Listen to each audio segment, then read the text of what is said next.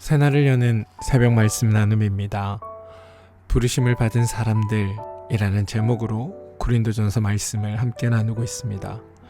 오늘은 고린도전서 6번째 말씀입니다. 우리가 함께 나눌 말씀은 고린도전서 1장 10절로부터 17절까지 말씀입니다. 형제들아, 내가 우리 주 예수 그리스도의 이름으로 너희를 권하노니 모두가 같은 말을 하고 너희 가운데 분쟁이 없이 같은 마음과 같은 뜻으로 온전히 합하라. 내 형제들아, 글로의 지편으로 너희에 대한 말이 내게 들리니 곧 너희 가운데 분쟁이 있다는 것이라. 내가 이것을 말하거니와 너희가 각각 이르되 나는 바울에게, 나는 아볼로에게, 나는 게바에게, 나는 그리스도에게 속한 자라 한다는 것이니 그리스도께서 어찌 나뉘었느냐? 바울이 너희를 위하여 십자가에 못 박혔으며 바울의 이름으로 너희가 세례를 받았느냐? 나는 그리스보와 가이오 외에 너희 중 아무에게도 내게 세례를 베풀지 아니한 것을 감사하노니 이는 아무도 나의 이름으로 세례를 받았다 말하지 못하게 하려 함이라. 내가 또한 스데바나 집 사람에게 세례를 베풀었고 그 외에는 다른 누구에게 세례를 베풀었는지 알지 못하노라.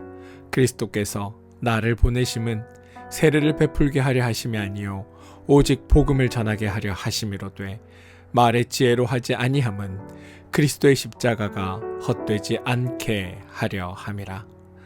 고린도전서 1장 10절로부터 17절 말씀입니다.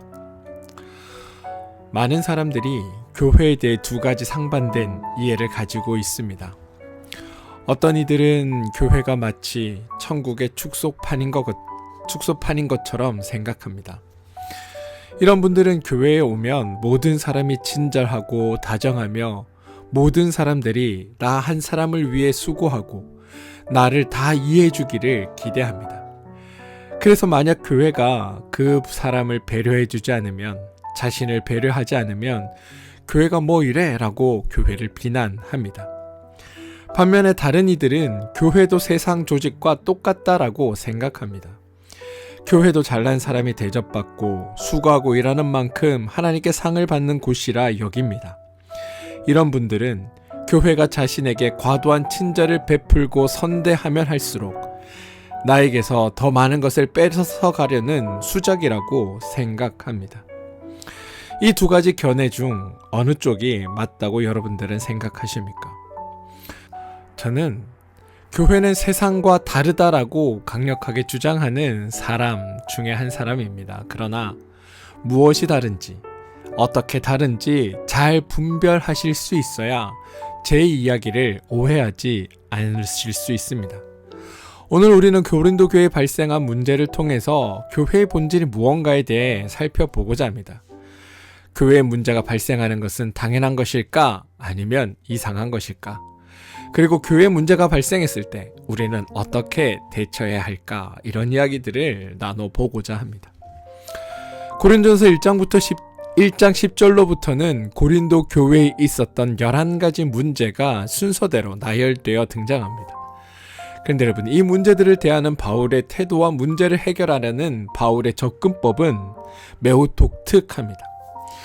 일반적으로 어떤 문제가 발생하면 사람들은 누가 잘했는가 또는 누가 잘 못했는가, 누가 옳은가 또는 누가 틀렸는가, 이것을 찾아내려 합니다.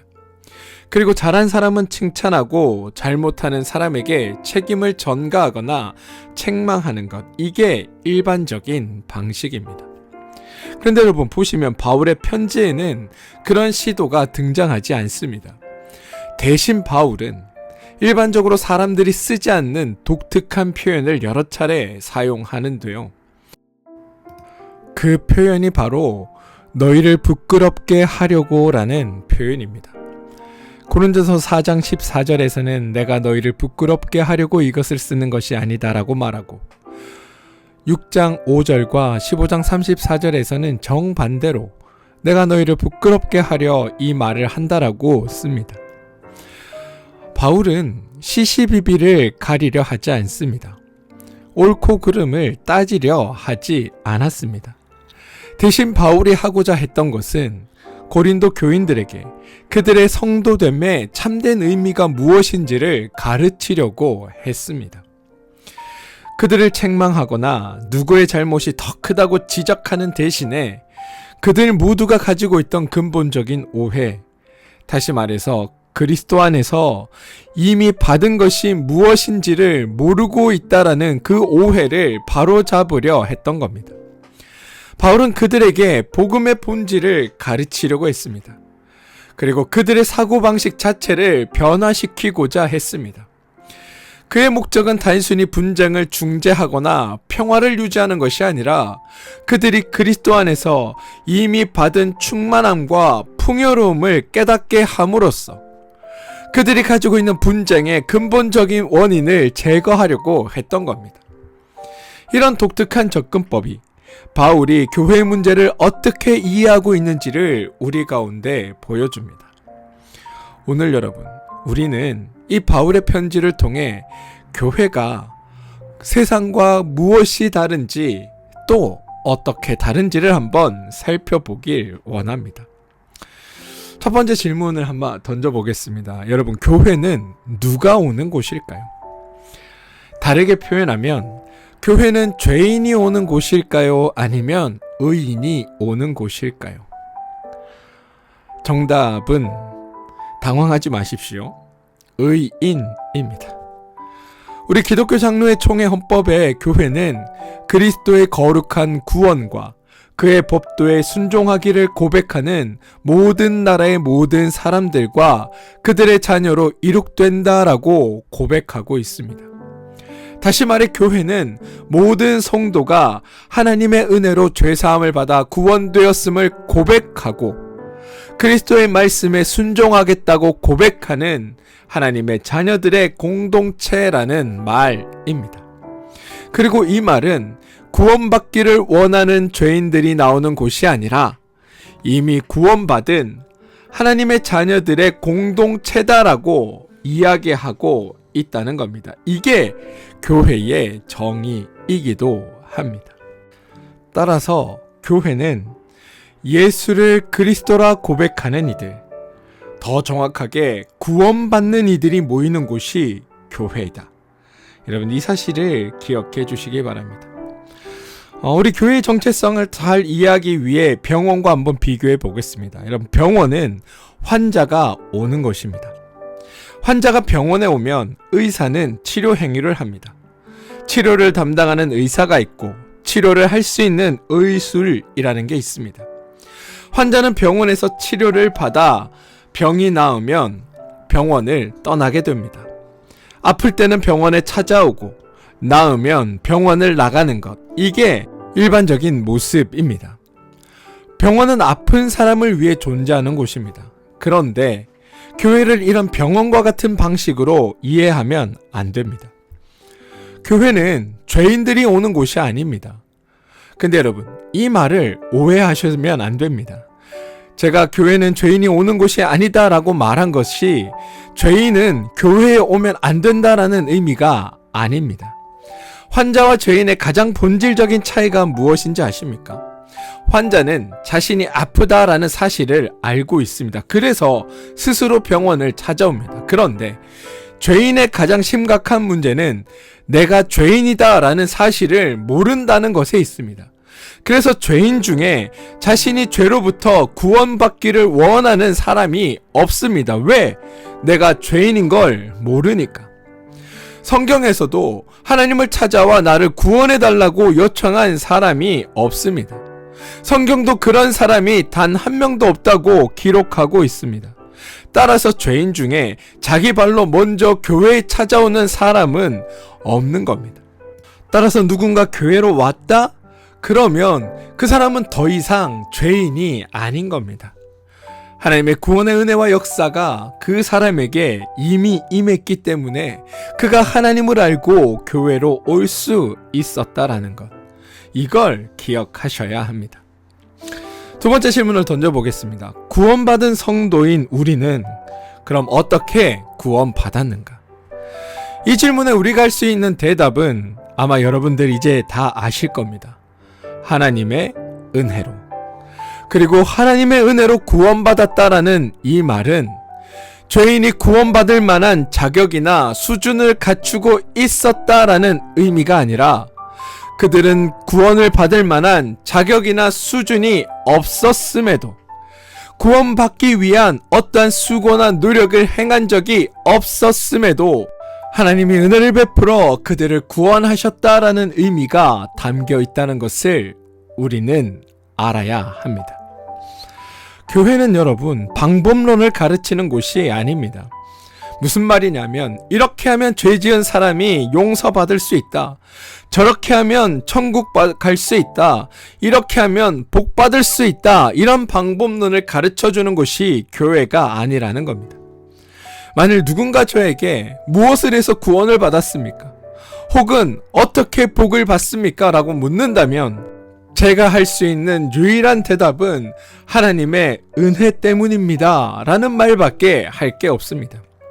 그건 제가 겸손해서가 아니라 그것이 사실이기 때문입니다. 하나님의 은혜로 구원받았다라는 표현에는 정말 많은 내용이 담겨 있습니다. 교회는 구원받은 성도들의 공동체입니다. 이때 성도는 구원받을 만한 자격을 갖춘 자들이 아니다라는 것을 기억해야 한다고 앞서 말씀드렸습니다. 만약 구원을 받을 만한 자격을 갖춘 사람들만 구원을 받는다면, 그리고 그러한 사람들만 모인 곳이 교회라면 교회는 정말 거룩하고 흠과 티가 없는 완벽한 공동체여야 합니다. 그리고 그런 이들이 모인 곳이 교회라면 교회는 어떠한 갈등도, 어떠한 분열도, 어떠한 문제도 없어야 합니다. 그런데 실제로는 그렇지 않습니다. 왜냐하면 교회는 죄인들이 모인 곳이 아니라 구원받은 성도들이 모인 공동체이기는 하지만 정작 그 성도들이 구원을 받을 만한 자격을 갖추고 있어서 구원을 받은 것이 아니고 구원받을 만한 정도의 수준이 있어서 구원을 받은 것이 아니기 때문입니다. 문제는 많은 사람들이 교회를 거룩하고 흠과 티가 없는 완전한 곳으로 착각한다는 겁니다. 사람들은 흔히 죄인은 흠과 티가 있고 성도는 흠과 티가 없는 것으로 착각합니다. 죄인은 많은 불의를 행하고 있고 악한 일을 행하고 있으며 성도는 성도가 되기 위해 많은 수고를 하고 자격과 조건을 갖추기 위해 많은 노력을 해서 대단한 수준에 도달해 있는 사람인 것처럼 생각한다는 겁니다. 그런데 이게 오해입니다. 사회에서 범죄가 일어날 때 일반인들의 범죄는 그냥 나쁜 놈이라고 하면 됩니다. 그런데 사회 지도층 인사가 범죄를 하면 비난을 2배로 받습니다. 왜냐하면 사회 지도층이라면 어느 정도의 수준과 실력, 인격과 교양을 갖추었을 것이라고 생각하기 때문입니다. 마찬가지로 성도라면 신의 은총을 받을 만한 어느 정도의 수준과 실력과 인격과 교양을 갖추었을 것이라고 생각합니다. 그런데 이게 잘못된 생각이라는 겁니다. 왜냐하면 성도는 자신의 능력과 어떤 자격과 조건을 갖추어서 구원받은 자가 된 게 아니라 하나님의 은혜로 구원받은 자가 되었기 때문입니다. 물론 성도가 점점 시간이 갈수록 어떠한 자격을 갖춘다기보다 성도로서의 수준과 실력과 인격과 교양을 갖추어 가야 하는 것은 맞습니다. 왜냐하면 하나님을 알기에 하나님을 닮아가야 하고 하나님을 닮아가기에 하나님과 비슷한 수준까지는 아니지만 하나님을 어느 정도 흉내낼 수 있는 자리까지는 이르러야 하기 때문입니다. 그런데 문제는 성도가 그 자리에 이르기까지 성도도 수많은 시간과 노력과 애씀이 필요합니다. 그렇기에 애초에 성도라는 존재가 어떤 자격을 갖추어 된 것이 아니라 미완인 상태로 하나님의 은혜로 말미암아 구원을 받았고, 그랬기에 그들도 사실은 세상 사람들과 크게 다르지 않는 수준에서 하나님을 만나고 있고, 그렇기에 교회는 여러 가지 문제를 가지고 있을 수밖에 없다라는 게 우리가 이해해야 하는 부분이라는 겁니다. 바울의 편지가 매우 독특한 것은 바울이 고린도 교인들을 이런 관점으로 이해했기 때문입니다. 고린도서 1장 10절에서 12절을 다시 한번 읽어보겠습니다. 형제들아, 내가 우리 주 예수 그리스도의 이름으로 너희를 권하노니 모두가 같은 말을 하고 너희 가운데 분쟁이 없이 같은 마음과 같은 뜻으로 온전히 합하라. 내 형제들아, 글로의 지편으로 너희에게 대한 말이 내게 들리니 곧 너희 가운데 분쟁이 있다는 것이라. 내가 이것을 말하거니와 너희가 각각 이르되 나는 바울에게, 나는 아볼로에게, 나는 게바에게, 나는 그리스도에게 속한 자라 한다는 것이니. 보시면 여러분, 고린도 교회에 분쟁이 있다고 합니다. 여기에서 분쟁이라는 단어는 단순한 분열, 갈등, 의견 충돌 이런 것들을 의미하는 말이 아닙니다. 더 심각한 의미의 다툼이 있었다라는 말입니다. 다시 말해 멱살 잡고 싸웠다라는 이야기입니다. 누구를 좋아하느냐, 누구에게 더 많은 영향을 받았느냐라는 이 사소한 편가르기가 아니라 주도권을 잡기 위해 서로 큰 소리 내고 멱살 잡고 싸우고 교회에서 서로 욕하는 일들이 있었다라는 겁니다. 권력 투쟁과 영향력 행사가 실제로 일어났다는 겁니다. 바울은 이 사실을 알았습니다. 그리고 이 분쟁이 일어난 이유와 해결책에 대해 이야기하는데요. 바울의 설명에 따르면 분쟁이 일어난 이유를 고린도 교인들에게 너희들이 감격이 없기 때문이다라고 말하고 있다는 겁니다. 그리고 이걸 다른 말로 표현하면 너희들이 각자의 욕심에 사로잡혀 있기 때문이다라고 말하고 있다는 겁니다. 지난주 살펴봤던 고린도전서 1장 4절부터 9절을 보시면 바울은 하나님의 은혜로 성도가 된 사실에 대해 감격해야 한다라고 말합니다. 그는 모든 일에 곧 모든 언변과 모든 지식의 풍족함으로 너희가 모든 은사의 부족함 없이 그리스도의 날에 책망할 것이 없는 자라는 표현들을 통해서 우리는 성도가 되었다, 우리는 구원을 받았다, 하나님께서 우리에게 모든 것을 다 베푸셨다, 우리는 모든 것을 다 받은 자들이다라고 이야기합니다. 여러분, 모든 것을 다 받았다, 모든 것이 충분하다, 더 이상 없다라는 말의 의미는 너희들이 무엇을 가지고 욕심을 낼 필요가 없다라는 의미이기도 합니다. 바울은 편지를 쓰기 전부터 고린도 교회 분쟁 소식을 들었고, 그리고 그들의 이야기를 듣는 순간 이들이 가지고 있는 문제가 무엇인지를 파악했습니다.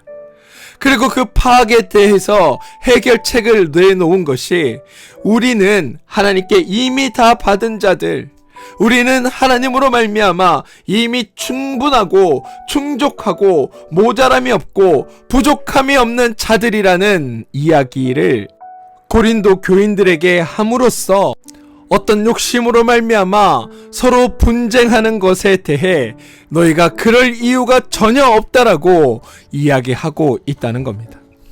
그런데 이렇게 이야기를 해도 그것이 잘 납득되지 않습니다. 고린도 교인들은 이방인 출신들입니다. 하나님의 은혜의 원리에 익숙하지 않았습니다. 그들은 오히려 세상의 원리나 세상의 법칙에 더 익숙했습니다. 죄에 대해 잘 몰랐기에 죄가 해결되었다는 감격이 그들에겐 약했습니다. 성도가 여러분, 죄로부터 구원받은 감격이 없다면 우리 기독교는 아무것도 받은 것이 없는 것처럼 여겨집니다. 아무것도 받은 것이 없다고 생각되면 무언가를 받아야 한다는 생각이 우리 가운데 생깁니다. 그리고 무언가를 받으려면 그것을 받을 만한 수고와 노력이 필요하다고 여겨지게 됩니다.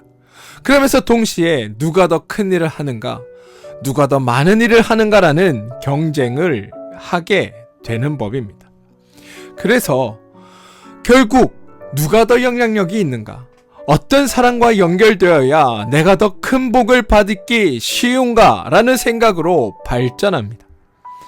고린도교에 분쟁이 생겼던 이유가 바로 여기에 있습니다. 그리고 이건 오늘날의 교회와도 마찬가지입니다.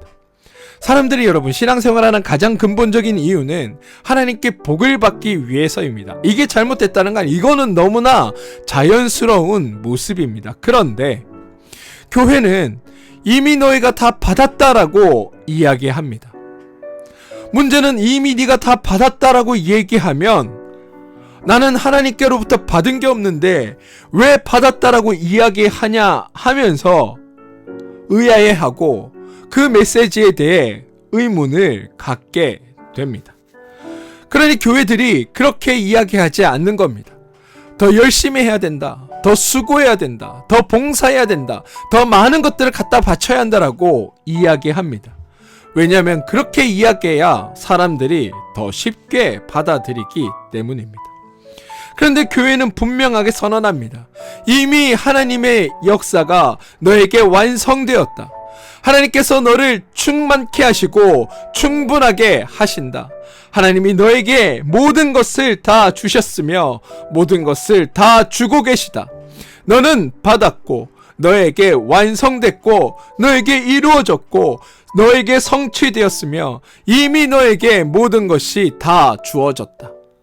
그런데 이 이야기를 들으면 우리는 매우 낯설게 생각한다는 겁니다. 그런데 이런 생각을 고린도 교인들도 고스란히 가지고 있었습니다. 고린도 교인들은 모두가 우리는 받은 게 없는데 우리는 더 받아야 하는데 라는 생각을 하고 있었다라는 겁니다. 그리고 그 생각은 자연스럽게 그럼 어떻게 하면 더 받을 수 있을까? 누구에게 가면 더 많은 것들을 얻어낼 수 있을까? 더 공덕이 많은 사람을 통해서 더 많은 것을 받아야겠다라는 생각으로 의견이 일치되어 있었다는 겁니다. 무슨 말이냐? 나는 바울에게, 나는 아볼로에게, 나는 게바에게, 나는 그리스도에게 속했다라는 이 말은 내가 누구에게 소속되어 있어야 내가 더 많은 것을 얻어낼 수 있을까라는 질문과 연결된다는 겁니다. 이런 거죠. 토요일에 어떤 사람은 로또를 사고 또 다른 사람은 금요일에 스포츠 토토를 하고 또 다른 사람은 일요일에 즉석 복권을 긋는다고 합시다. 보시면 이 세 사람은 운에 기대어 큰 돈을 벌고자 하는 동일한 목표를 가지고 있지만 단지 접근 방식만 달랐다라는 겁니다. 오늘 누구파에 속해 있다라는 말도 동일한 이야기입니다. 내가 누구에게 속해야 더 많은 복을 받을 수 있을까? 누구를 선택하는지 그 접근 방식만 다를 뿐이지 그들은 모두 다 한 가지 생각, 어떻게 하면 하나님께 어떻게 하면 더 많은 것을 얻어낼 수 있을까라는 생각에 모두 다 동일한 마음을 가지고 있었다라는 겁니다. 바울이 고린도전서 1장 10절에서 내가 너희를 권하노니 모두가 같은 말을 하고 너희 가운데 분쟁이 없이 같은 마음으로 같은 뜻으로 온전히 합하라 라고 했을 때 바울이 한 말의 의미는 너희들이 서로 의견이 다르니까 그것들을 하나로 일치시켜라 라고 요구한 게 아니라는 겁니다. 바울은 오히려 이렇게 말하고 있는 겁니다. 너희는 지금 모두 한 마음 한 뜻이 되어 있다. 예수님이 행한 것이 무엇인지는 다 같이 모르고 너희들이 받은 은혜가 무엇인지는 다 같이 모르면서 더 뛰어나 보이는 사람을 통해서 더 능력 있는 것처럼 보이는 누군가를 통해서 더 받아내려는 생각은 모두가 다 같은 뜻으로 하고 있구나. 그러니 너희는 모두가 다 어리석은 자들이다. 라는 게 바울이 말한 것의 의미라는 것을 여러분들은 아셔야 합니다. 바울은 고린도 교인들에게 지금 너희들이 갖고 있는 그 생각과는 전혀 다른 생각을 해야 한다라고 권하고 있다는 겁니다. 그리고 그 다른 생각이란 그리스도가 십자가에서 행하신 일로 우리 가운데 주신 것이 무엇이며 그로 말미암아 네가 이미 하나님께 모든 것을 다 받은 존재라는 것을 알아차리는 것, 그걸 너희들이 알아야 한다라고 바울은 이야기하고 있다는 겁니다. 사랑하는 성도 여러분, 여러분들은 어떠십니까? 여러분들은 교회를 통해 무언가 하나님으로부터 얻어낼 게 있다라고 주님 앞에 나와 계시지는 않으십니까? 내가 얻어낼 걸 얻어내기 위해서는 영적으로 더 센 목사님, 더 강한 목사님한테 가서 내가 그 목사님을 섬겨야 더 많은 것을 받아낼 수 있다라고 혹시 생각하고 계시지는 않으십니까? 저는 만약 여러분들이 그렇게 생각하고 계시다면 여러분들은 그 생각을 바꾸셔야 한다라고 말씀드립니다. 우리도 오늘날 고린도 교인들과 같은 생각을 할 수 있습니다. 받은 것이 없다. 그러니 더 받아야 되겠다라며 교회 생활 할 수도 있습니다. 그런데 분명히 말씀드립니다. 그건 복음의 본질과 맞지 않습니다. 우리는 여러분 그리스도 안에서 이미 모든 것을 받은 자들입니다. 부족함 없이 충분하게 받았습니다. 그리고 지금도 하나님이 부족함 없이 충분하게 베풀고 계십니다. 우리는 이 사실을 알아야 합니다. 이것이 깨닫고 알아져야 감사와 찬양이 우리 가운데 나타나게 되는 겁니다. 우리가 감사와 찬양으로 하나님께서 하신 일들에게 응답할 때 교회는 진정한 의미에서 그리스도의 몸으로서의 기능을 할 수 있게 되는 겁니다. 사랑하는 성도 여러분, 저는 여러분들이 하나님을 알기를 우선하길 소망합니다. 하나님이 주신 것과 하나님께서 우리 가운데 이루신 일들, 그래서 우리가 받은 것들을 깨닫고 그것들을 여러분의 삶에서 풍성히 누리며 살아가는 참된 신앙생활을 여러분들이 하시길 소망합니다. 만약 받은 것이 없고 더 받아야 되겠다고 생각되신다면 다른 말, 다른 생각, 다른 뜻을 가지시길 권면드립니다. 이미 우리 가운데 이루실 하나님의 구원의 역사, 그리고 그 생명의 은총, 그리고 복되고 선하신 하나님의 뜻과 인도하심을 더욱더 신뢰하시고 하나님께서 주신 것들을 돌아보며 오늘 나의 삶에 하나님께서 베푸신 것들이 무엇인지를 발견해내고 부족한 것이 아니라 주신 것에 기뻐하며 감사하는 여러분들 되어 가시길 주님의 이름으로 축원드립니다. 기도하겠습니다. 주님, 저희가 고린도 교인들처럼 받은 것이 없다, 더 받아야 된다 라는 그릇된 생각에 사로잡히지 않게 하여 주시옵소서. 이미 그리스도 안에서 모든 것을 받았고 모든 은사의 부족함 없음을 기억하게 하옵소서. 또한 교회를 통해 권력과 영향력을 추구하는 것이 아니라 이미 받은 은혜에 감격하여 감사와 찬양으로 응답하는 성도가 우리 모두가 되게 하여 주시옵소서.